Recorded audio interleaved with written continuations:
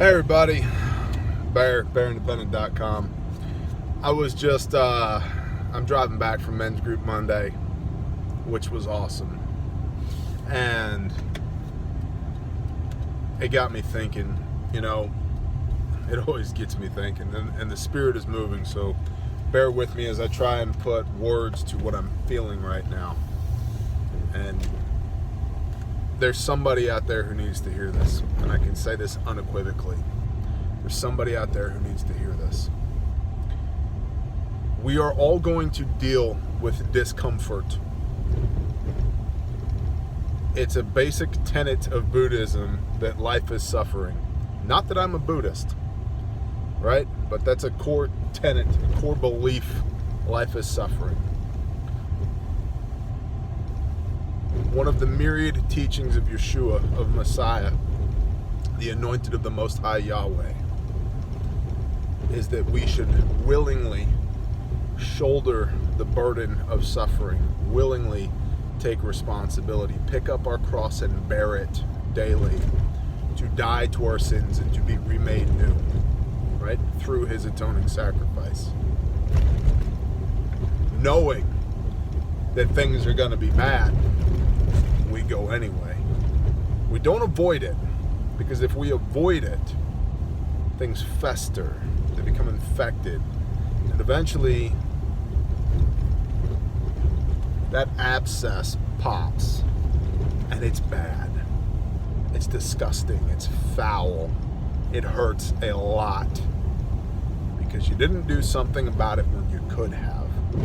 You didn't willingly shoulder the responsibility. Now, what in the freaking world does this have to do with preparedness? Eyes to see, ears to hear, man. Here's the deal.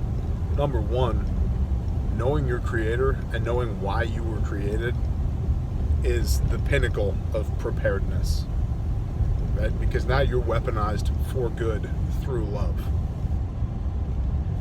You can wield authority over all things in heaven and earth.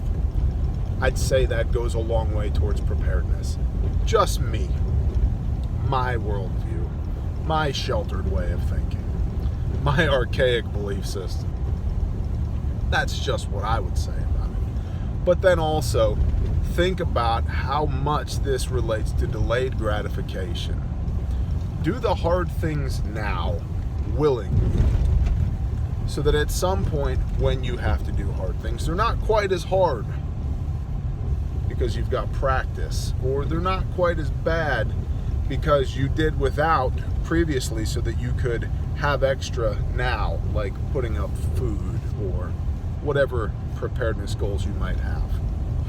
Rather than living for the moment and waiting for that abscess to burst because you haven't done anything about it, you're being proactive and you're willingly shouldering the burden of responsibility.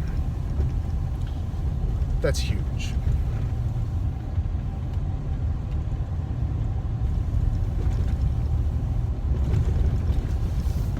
I don't know if I have anything more to add to it than that.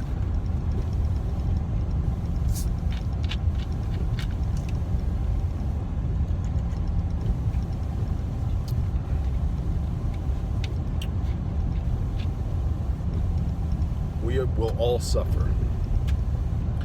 You can suffer now on your own terms, or you can suffer later on somebody else's terms. That concept runs deeply through the entirety of the human experience. That is spirituality, when coupled with knowing the Father and knowing the Son. That is spirituality. Pick up your cross and bear it. That is adulthood responsibility. You can suffer now so that you don't suffer later. That is preparedness. Think about going to the gym. I'm going to proactively go to the gym now and run on a treadmill and lift heavy things so that I can extend my life, so I can gain longevity so that I don't suffer later from, my bones wasting away and my muscles atrophying and blah, blah, blah. I'm not going to go in debt for an $80,000 one-ton pickup truck that's been jacked up and it's got the wheels and the tires and the snorkel and the turbo and these pipes on it and this interior and blah, blah, blah, blah, blah. To stroke my fragile ego and delay the suffering now and trade that for suffering later when I have to pay the exorbitant loan on just such a vehicle, which will likely never see anything but pavement anyway. So, yeah, just a thought running through my head. We are all going to suffer. If we're going to suffer, be proactive about it.